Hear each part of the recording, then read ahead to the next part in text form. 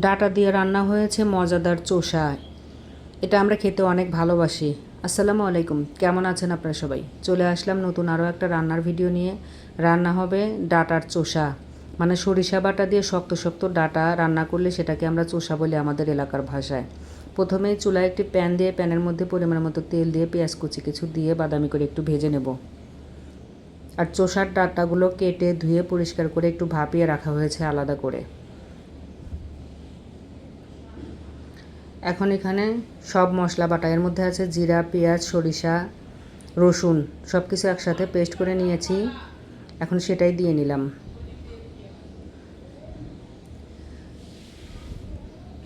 স্বাদ মতো লবণ দিলাম, হলুদের গুঁড়া, মরিচের গুঁড়া, ধনিয়ার গুঁড়া। সব মশলা দেওয়া শেষ। এখন মশলাটা ভালোভাবে কষিয়ে নিতে হবে।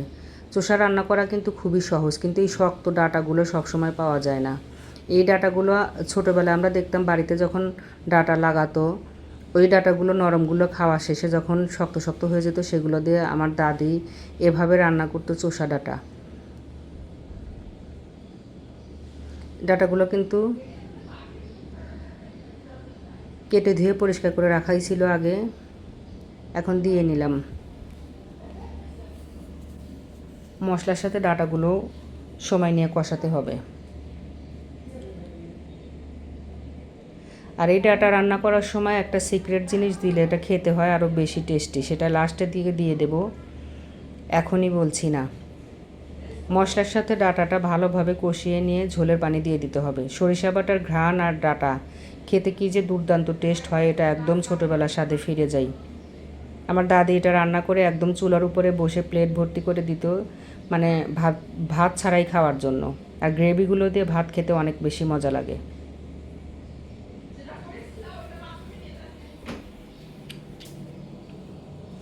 ঝোলের পানিটা একটু বুঝে শুনে দিয়ে, এটা অনেক ঝোল থাকবে না, গ্রেভি থাকবে, শুধু গায়ের সাথে লেগে যাবে ঝোলটা, এরকম করে রান্না করতে হবে। এখন ঢেকে দিয়ে রান্না করতে হবে। শক্ত শক্ত ডাটা, এ কারণে অনেকটা সময় নিয়ে ঢেকে দিয়ে সিদ্ধ করে নিয়ে ভালোভাবে রান্না করলেই এটা এত নরম হয়ে যায়। এত শক্ত ডাটা রান্না করলেও শেষের দিকে যে উপরের শক্ত অংশ বাদ দিয়ে ভিতরেরটা খুবই নরম হয়ে যায়, একদম মোলায়েম সিদ্ধ হয়। বারবার ঢেকে দিয়ে একটু চেক করতে হবে ঢাকনা উঠিয়ে উঠিয়ে যে সিদ্ধ হয়েছে কিনা, লবণের পরিমাণ ঠিক আছে কিনা, ঝাল লবণ।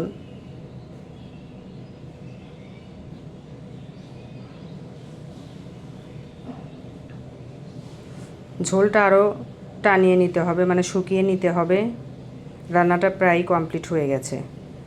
এখন দিতে হবে সেই সিক্রেট একটা জিনিস,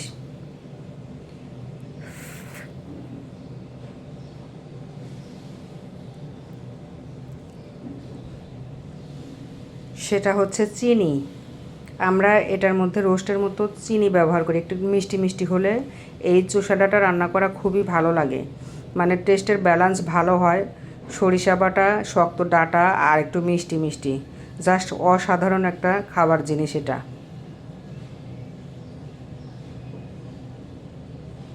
ঝোলটাও প্রায়ই শুকিয়ে আসছে, আর একটু শুকিয়ে গেলে আর কিছুই দেওয়া বাকি নেই, রান্নাটা কমপ্লিট হয়ে যাবে।